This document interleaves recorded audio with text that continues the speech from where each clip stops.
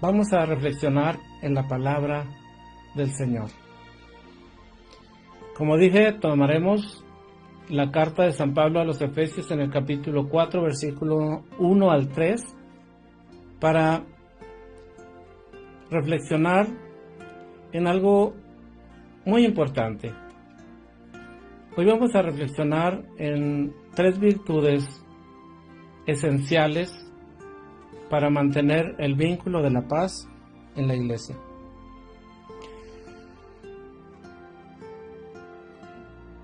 Y los tenemos en este versículo que dice: vivan con toda humildad y mansedumbre, con paciencia, soportándose unos a otros en amor, esforzándose por preservar la unidad del Espíritu en el vínculo de la paz.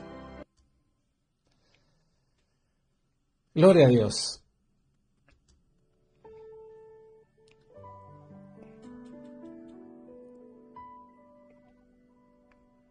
De nuevo,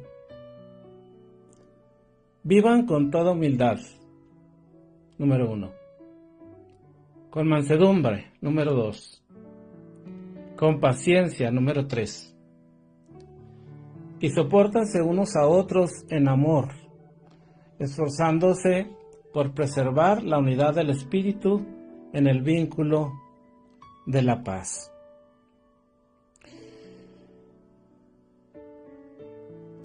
Como podemos observar, hermanos, al leer este pasaje, justamente desde en el primer versículo que leemos este capítulo, encontramos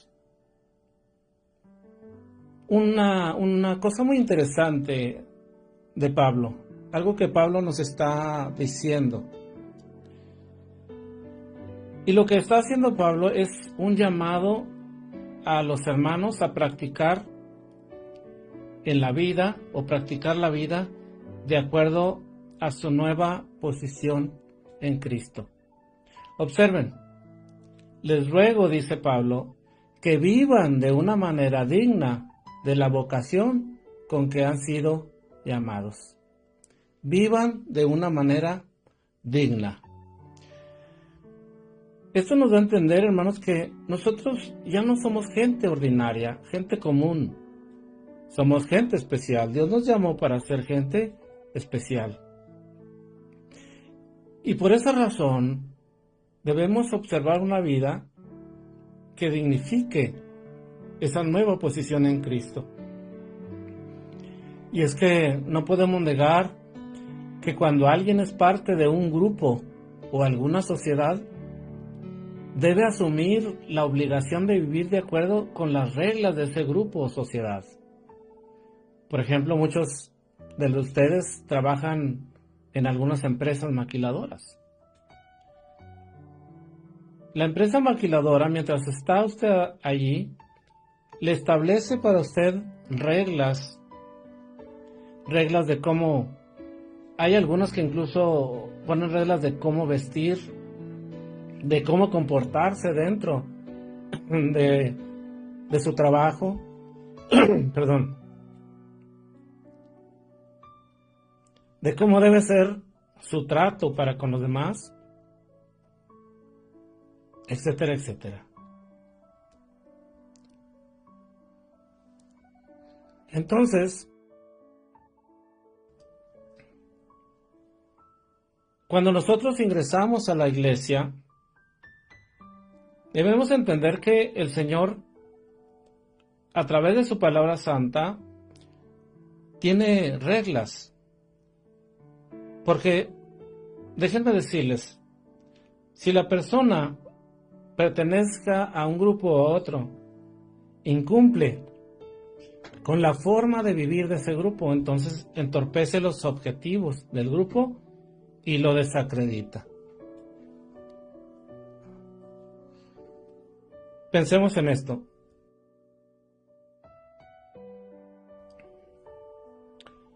En el reino de Dios, el asunto no es diferente. La iglesia del Señor siempre se ha distinguido por su forma de vida. la cual está perfectamente delineada en la Escritura. Entonces, en estos versículos que leímos, el apóstol Pablo hace la descripción de la clase de vida que debe vivir una persona cuando entra en la comunión de la iglesia. Lo repito, Pablo hace la descripción, aunque no es una descripción completa, de la clase de vida que debe vivir una persona cuando entra en la comunión de la iglesia. Y nótese que estoy diciendo cuando entra en la comunión, porque hay quienes entran a la iglesia, pero no entran a la comunión de la iglesia. Entonces, para ser exacto, en estos 3 versículos que ya leímos desde el principio, el apóstol Pablo hace hincapié en 3 virtudes que deben convertirse en un estilo de vida y una regla inquebrantable para quienes conformamos la iglesia del Señor. Repito, Pablo hace hincapié en 3 virtudes principales que deben convertirse en un estilo de vida y en una regla inquebrantable para quienes conformamos la iglesia del Señor.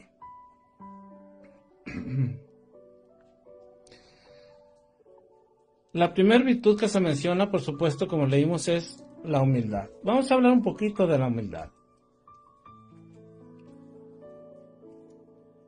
La humildad, déjenme decirles que puede verse desde 2 versiones diferentes. Cuando hablamos de humildad, lo repito, lo podemos ver desde una perspectiva o de otra. Depende en qué lugar estamos.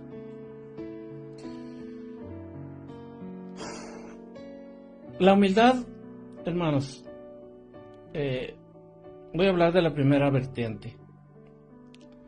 Antes que naciera la iglesia, incluso antes de la venida del Señor Jesucristo a este mundo, la humildad no se consideraba como una virtud, sino más bien se consideraba como algo despreciable. Y hasta la fecha mucha gente considera la humildad como algo denigrante. En ese mundo antiguo, la palabra humildad se encontraba en compañía de adjetivos que daban a entender que la humildad significaba algo servil y noble y despreciable. Sin embargo, cuando la iglesia irrumpió en el mundo y empezaron las enseñanzas apostólicas, los creyentes le dieron a la palabra humildad un nuevo significado y la colocaron a la cabeza de todas las demás virtudes que debían adquirir los nuevos creyentes. Repito, la humildad se convirtió en la cabeza de todas las demás virtudes. Porque el significado que la Biblia o los apóstoles le dieron a esta palabra fue la de una cualidad que nos hace carecer de arrogancia y orgullo y tener una justa estima del valor personal.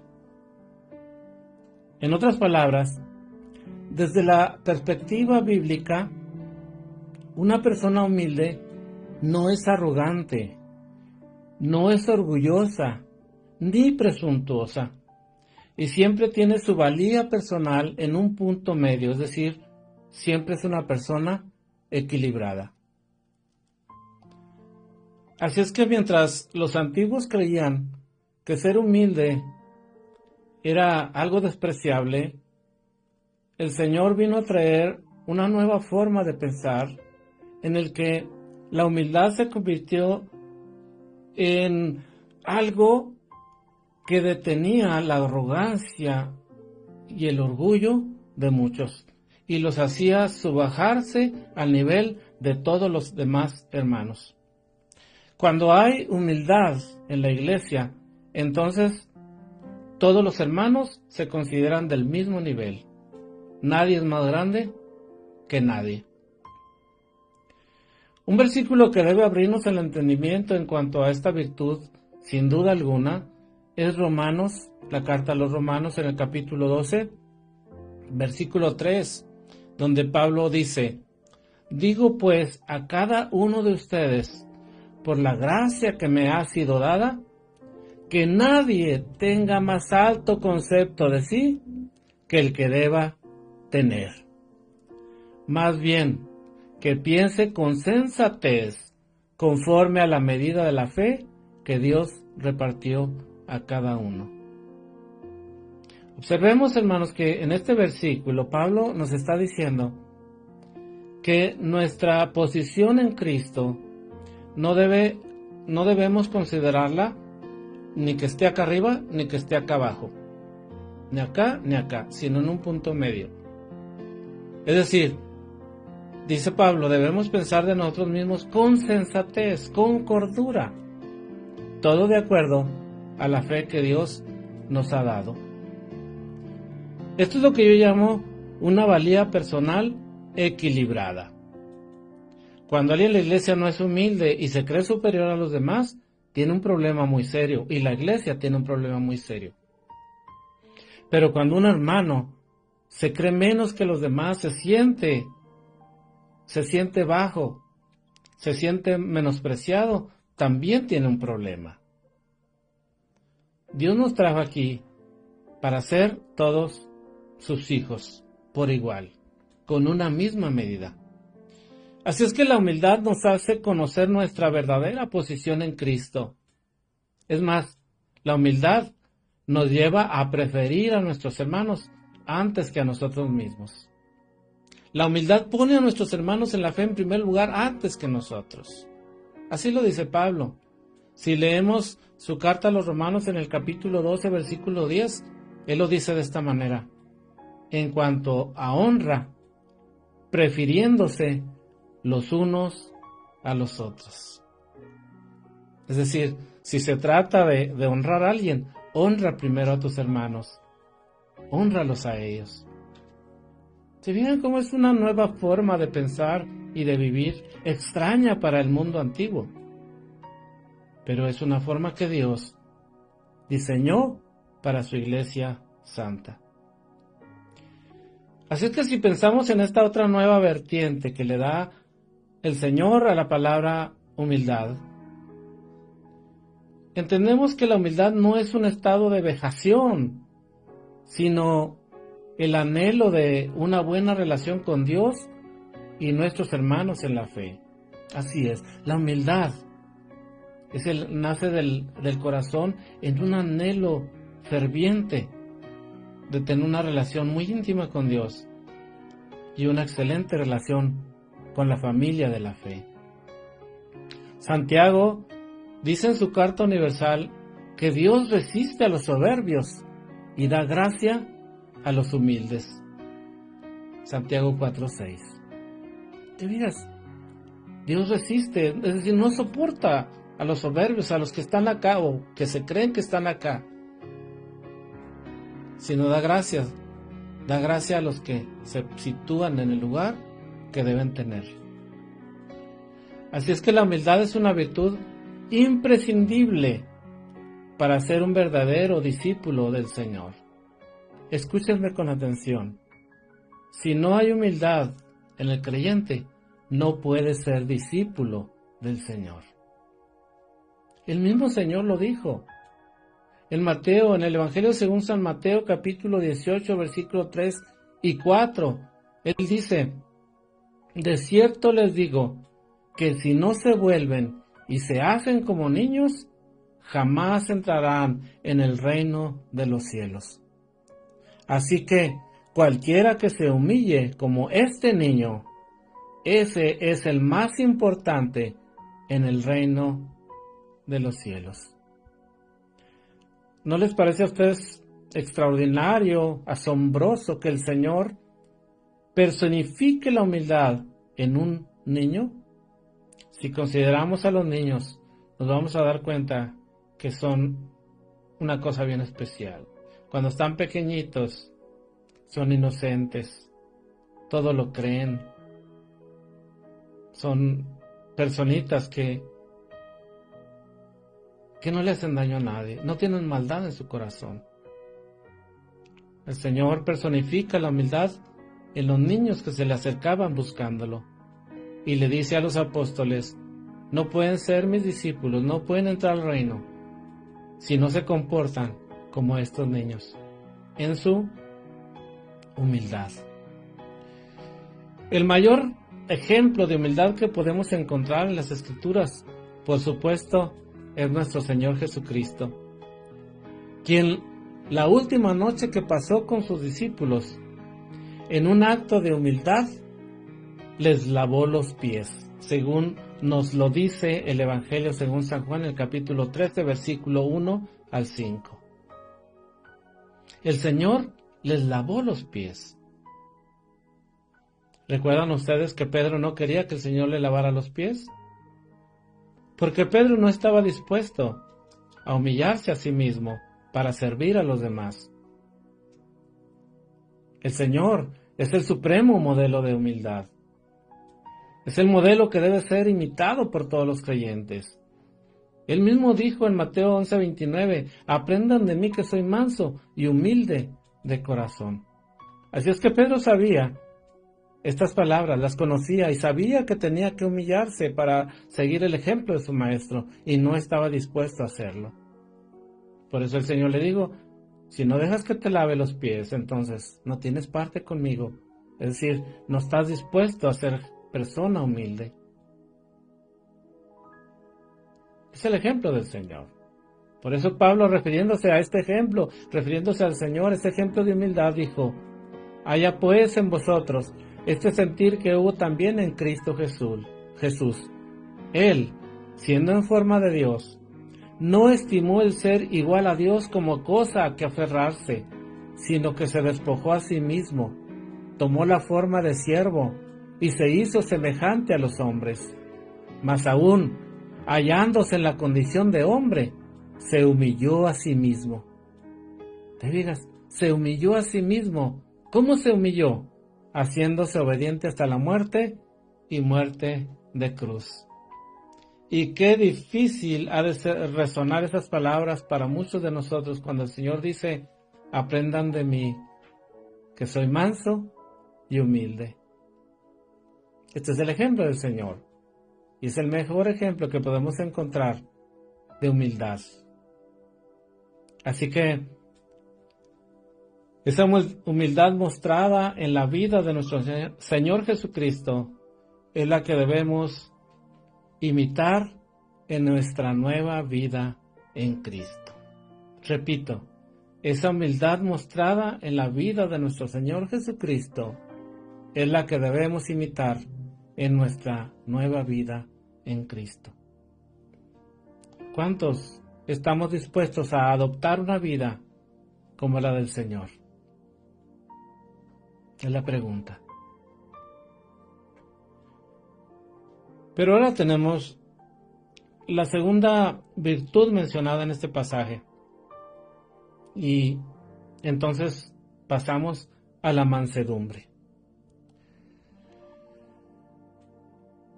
Una persona mansa o que tiene mansedumbre se caracteriza por tener un espíritu sereno y de ser una persona pacífica.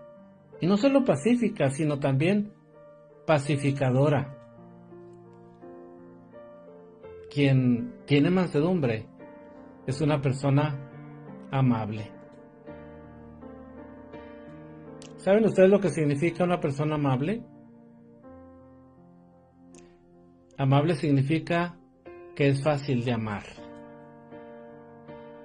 Quien tiene mansedumbre es una persona que es fácil de amar.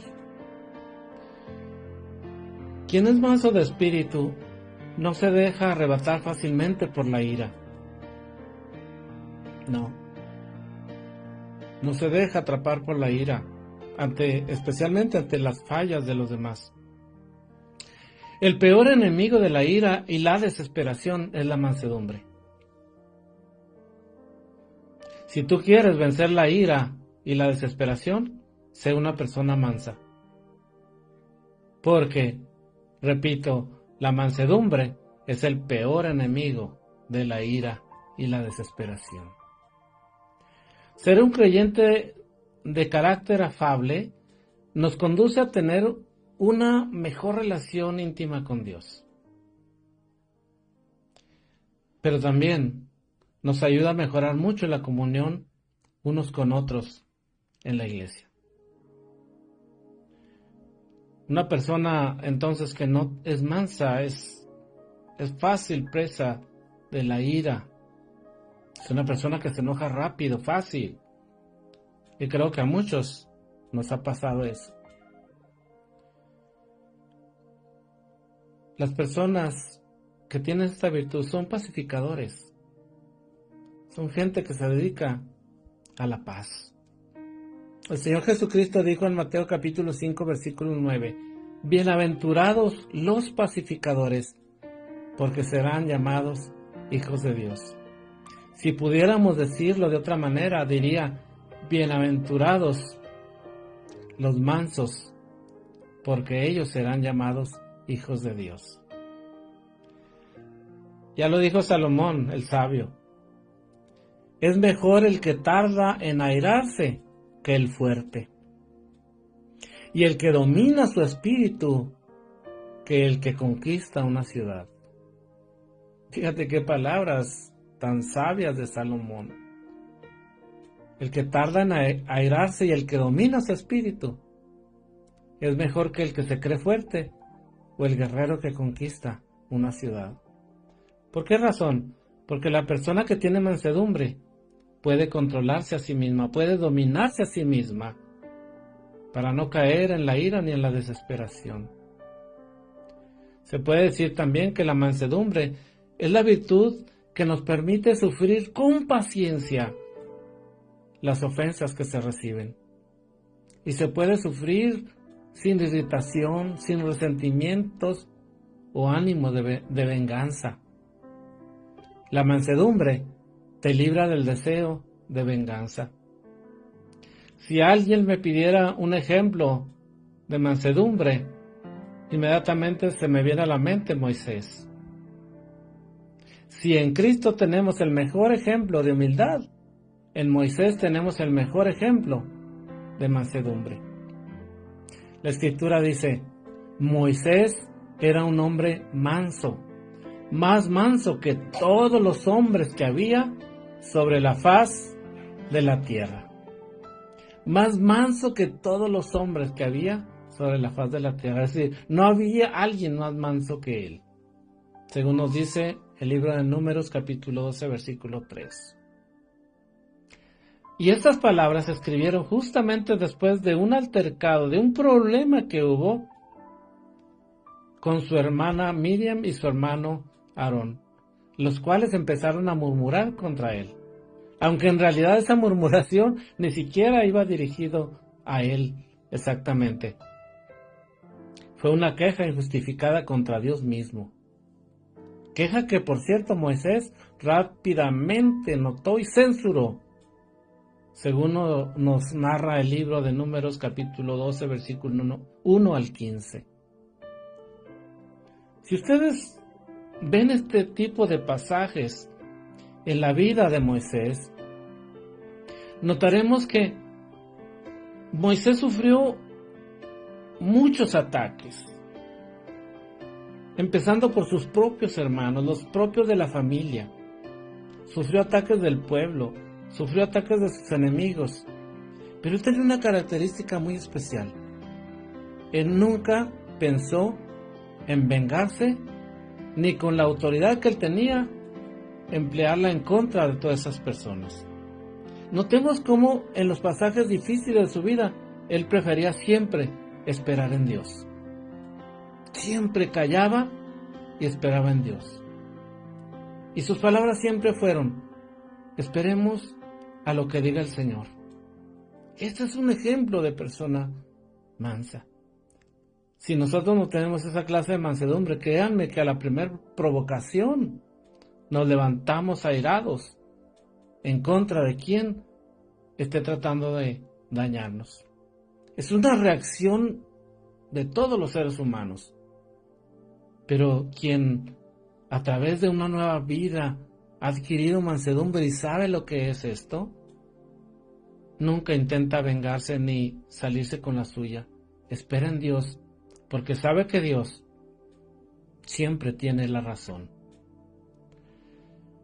Puedo decirles con seguridad que la mansedumbre tiene grandes recompensas. El ser manso tiene recompensas. Y lo digo porque alguien estará pensando quizá en este momento y diciendo, pero si yo dejo que los demás hagan lo que quieran conmigo, todo el mundo se va a aprovechar de mí. No es así. Moisés no dejó que nadie se aprovechara de él. Él esperó en Dios, que Dios hiciera justicia siempre, que Dios actuara, y por ello obtenía recompensas. Porque como dije, la mansedumbre tiene recompensas. Por ejemplo, el salmista en el Salmo 37, versículo 11, dice, los mansos heredarán la tierra y se deleitarán por la abundancia de paz. Te fijas, aquí el salmista está hablando de una herencia y de una paz solo para las personas que tienen mansedumbre. Es una recompensa maravillosa. El hecho de una herencia como esta y saber que la paz, no solo la paz exterior, sino la paz interior, la del corazón, se apropiará de nosotros. Vale la pena ser personas mansas de corazón. Además de esta, también hay otras promesas maravillosas de vida y paz para las personas mansas de corazón. Por ejemplo, el mismo salmista, pero ahora en el Salmo número 22, versículo 26, dice, los mansos comerán y quedarán satisfechos. ¿Por qué razón dice esto el salmista? Es muy sencillo entenderlo. Porque los que no tienen paz en su corazón, los que se mantienen con la ira metido en su corazón, ni siquiera pueden comer a gusto, ni siquiera se satisfacen con nada. Pero la persona que no guarda rencor, la persona que no tiene ideas vengativas, que no se da la ira, tiene paz en su vida, tiene paz en su corazón. Vive bien con los demás, por lo menos tiene paz con los demás. Y eso le da un sueño tranquilo. Come bien, queda satisfecho. Es que recuerden, los mansos comerán y quedarán satisfechos. Esta es otra promesa de recompensa para la persona que tiene mansedumbre en su corazón. Ahora pasamos a la tercera virtud. Ya llevamos la humildad, la mansedumbre y ahora pasamos con la paciencia. Una cualidad que no es fácil encontrar, pero que todos los creyentes debemos tenerla también en nuestro corazón y en nuestra vida como una práctica diaria. Esta virtud de la paciencia también tiene dos direcciones o vertientes principales en su significado. Las dos positivas, por supuesto.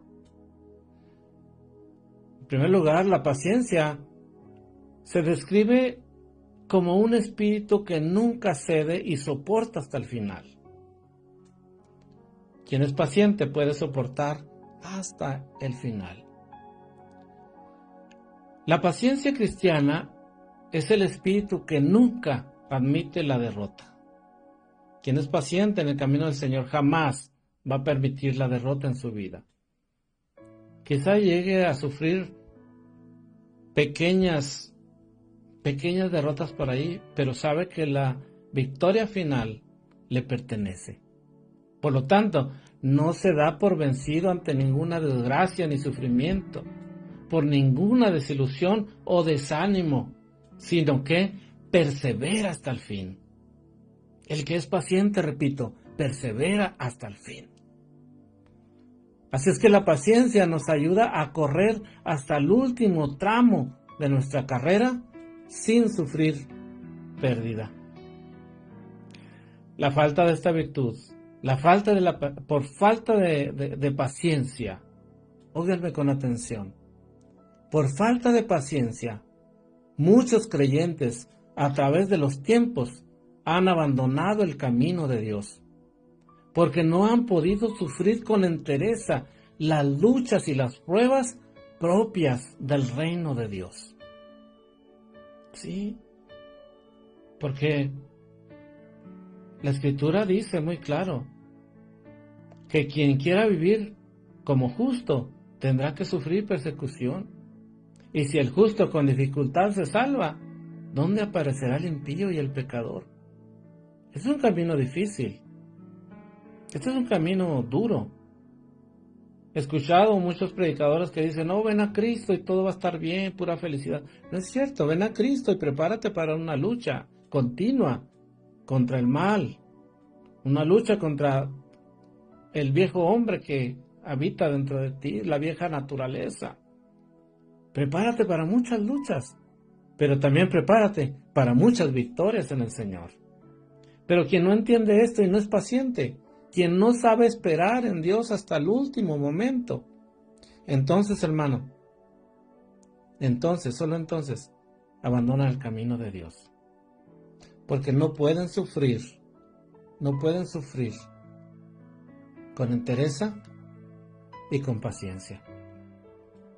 Así es que lo repito, quien no tiene paciencia, es fácil que abandone el camino de Dios y no puede ir hasta el final. Pero en segundo lugar, la paciencia tiene otro sentido más característico que el que ya dije. Algunos describen la paciencia como el espíritu que tiene poder para vengarse, pero no lo hace, no ejerce esa potestad. ¿Se fijan cómo estas tres virtudes van entrelazadas unas con otras?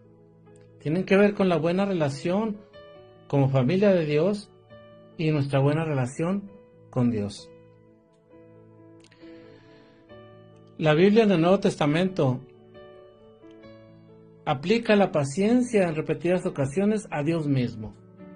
Otra vez volvemos al Señor como un ejemplo óptimo de paciencia. ¿Quién más paciente que el Señor? ¿Habrá alguien que tenga más paciencia? Por supuesto que no. El apóstol Pablo le pregunta a los pecadores, ¿te atreves a despreciar la paciencia de Dios? Lo dice en Romanos 2:4. Pecador, ¿te atreves a despreciar la paciencia de Dios? La pregunta importante. ¿Cuántos de nosotros nos atreveríamos a lo mismo? Creo que nosotros no. Pablo, escribiéndole a su hijo Timoteo, menciona la perfecta paciencia que el Señor tuvo con él mismo.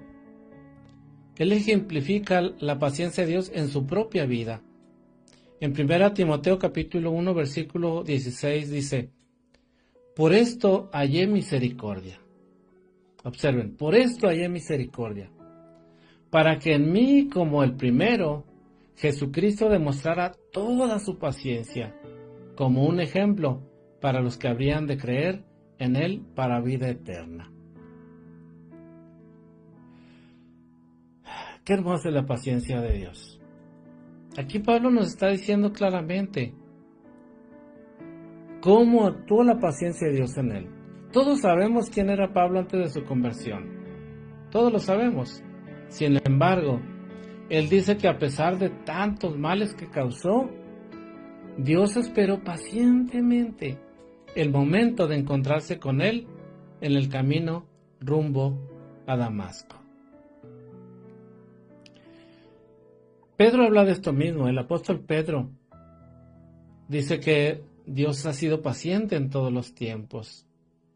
En su primera carta, en el capítulo 3, versículos 19 y 20, dice que el Señor en el Espíritu también fue y predicó a los espíritus encarcelados quienes en otro tiempo fueron desobedientes.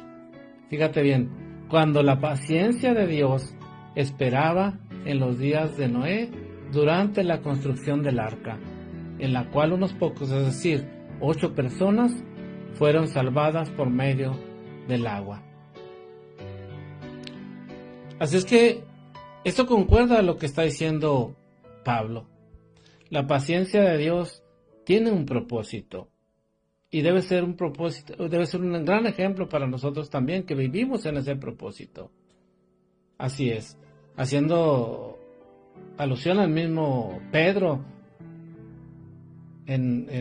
pero ahora en la segunda carta, en el versículo 3, en el capítulo 3, versículo 15, dice: tengan en cuenta que la paciencia de nuestro Señor es para salvación, tal y como nuestro hermano amado Pablo nos lo ha dicho, según la sabiduría que le ha sido dada. Es decir, que Pablo y Pedro concuerdan en que la paciencia de Dios tiene un propósito principal. Ese propósito es soportar a la humanidad, esperar el tiempo para poder salvar a los seres humanos. Lo hizo desde los tiempos de Noé hasta el tiempo de Pablo y hasta nuestro tiempo. La paciencia de Dios es para salvación, tiene ese propósito. Y es el mejor ejemplo que nosotros debemos tener. Porque nuestro corazón nos traiciona de pronto. Nosotros somos personas que decimos: me la hace, me la paga. Si el Señor hubiese sido un hombre como nosotros, ¿desde cuándo hubiera perdido la paciencia? Desde hace mucho tiempo, ante la desobediencia del hombre, hubiera perdido la paciencia. Y quién sabe cómo nos iría ahora. Muchos creyentes hoy en día dicen: pero ¿por qué el Señor no termina con todo este desastre, esta corrupción que hay en el mundo? Tan fácil que sería para el Señor. Fíjense, hermanos, yo he pensado últimamente, ¿qué sucedería con la raza humana si el Señor hiciera pequeños cambios en la naturaleza? Observen ustedes cómo esta tormenta gélida que azotó Estados Unidos y parte del norte de México, todo lo que la gente tuvo que sufrir. Nosotros no sufrimos mucho, sufrimos de 1, 2 o 3 días de estar sin energía eléctrica y quizás sin agua, o algunos quizás les menguó el fluido de gas en sus hogares, pero no ha sido como los que viven en Estados Unidos, especialmente aquí en Texas, que tienen toda la semana sin calefacciones, sin gas, sin energía eléctrica, sin gasolina, sin poderse mover, sin trabajar, sin dinero. Con una tormenta fuera de serie, una semana de sufrimiento y quién sabe la otra semana cómo nos vaya todavía. Imagínense que el Señor hiciera pequeños cambios en la naturaleza, ¿cómo nos andaría yendo?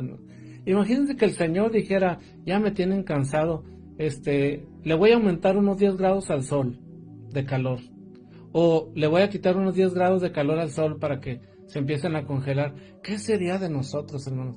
Sería terrible. Pero ¿saben por qué el Señor no lo hace? A pesar de tanta corrupción que hay en el mundo, por su paciencia, porque está esperando, porque Él no desea la muerte del pecador, sino que éste se arrepienta. ¿Qué ejemplo nos deja el Señor con esto a nosotros? ¿Qué ejemplo tan grande? En nuestro trato como familia de Dios, debemos aprender de la paciencia de nuestro Señor Jesucristo. ¿Cuánto nos hace falta ser pacientes unos con otros? Pero que no se confunda. Hay una palabra que usamos mucho, una palabra coloquial nuestra que dice la palabra pasalón. No, aquí no se trata de ser pasalón, sino paciente. Son dos cosas diferentes. Así es que, hermanos, debemos aprender de la paciencia de nuestro Señor Jesucristo. quien nunca se ha rendido ante las circunstancias. Y aunque Él tiene toda la autoridad y el poder para vengarse de nosotros por nuestro duro corazón y desobediencia, nos ha soportado y ha esperado con paciencia a fin de que regresemos a Él y salvarnos. Pablo cierra el tema mencionando el amor.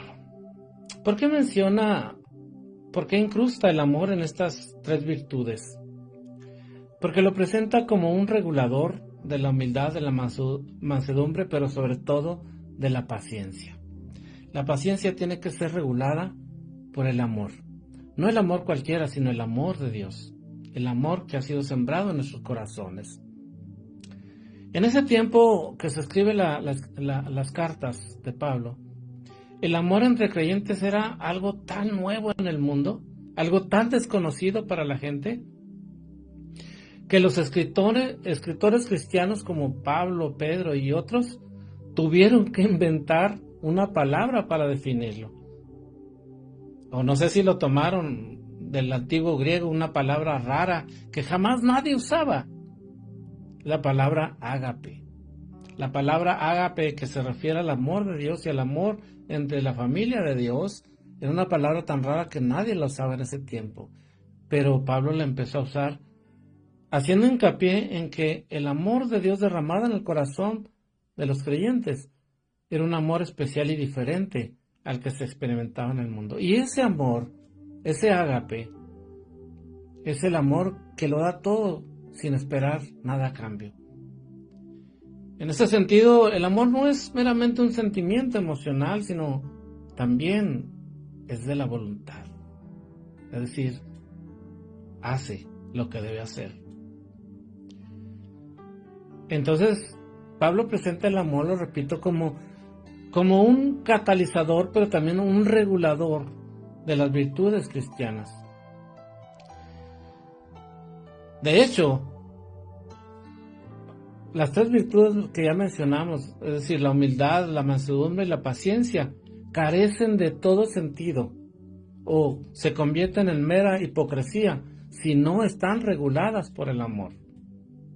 Dice el mismo apóstol Pablo en la primera a los Corintios capítulo 13 versículo 3: si repartiera todos mis bienes para dar de comer a los pobres, y si entregara mi cuerpo para ser quemado, y no tengo amor, de nada me sirve. Es decir, no importa si tú tienes todas las virtudes del Espíritu Santo en tu vida, si no están reguladas y impulsadas por el amor que Dios ha sembrado en nuestros corazones, no sirven de nada.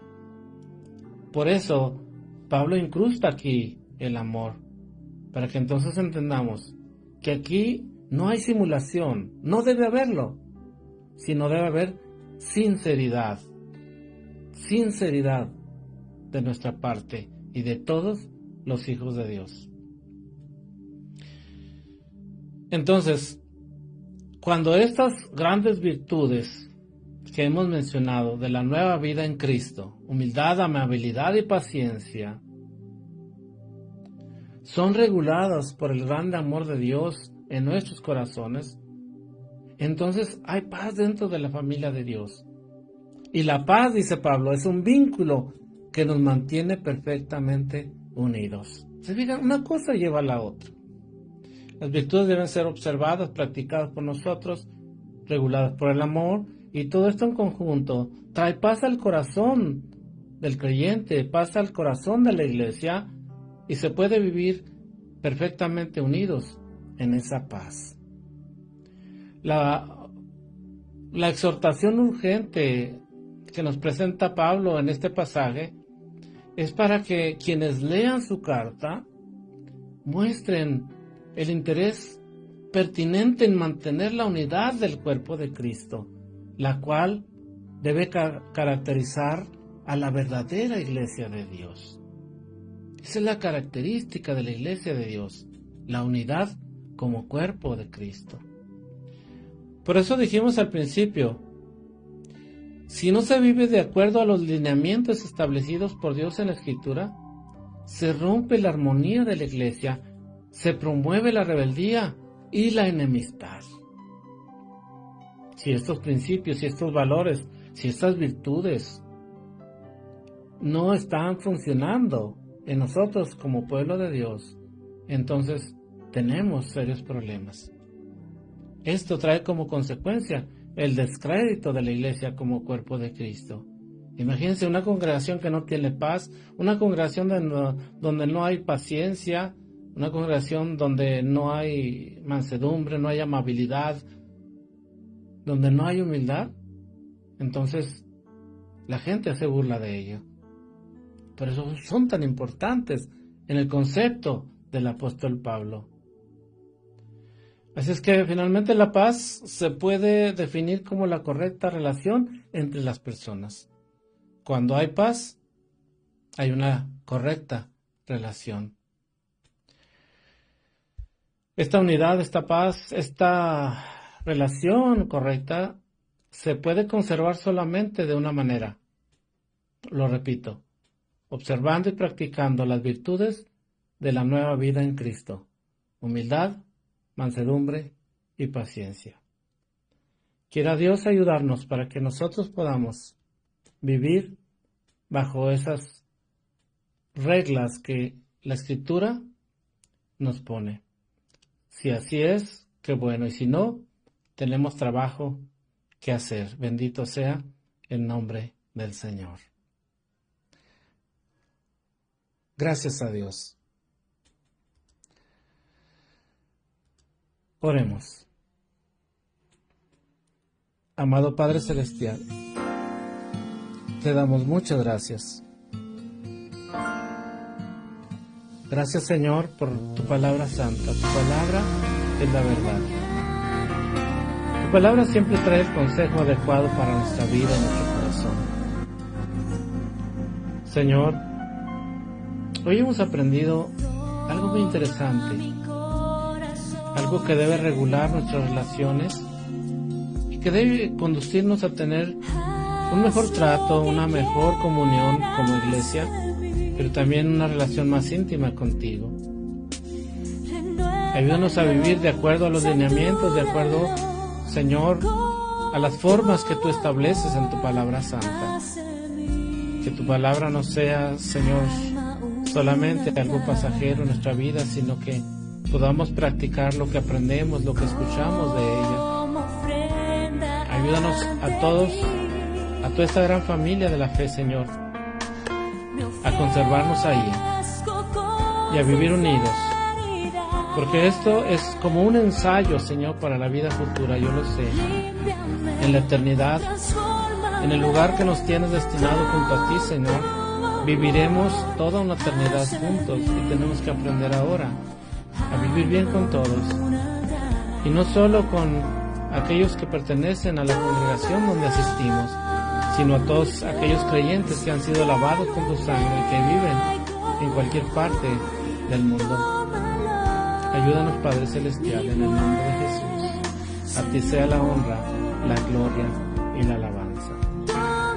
Gracias, Señor. Bendito sea Dios.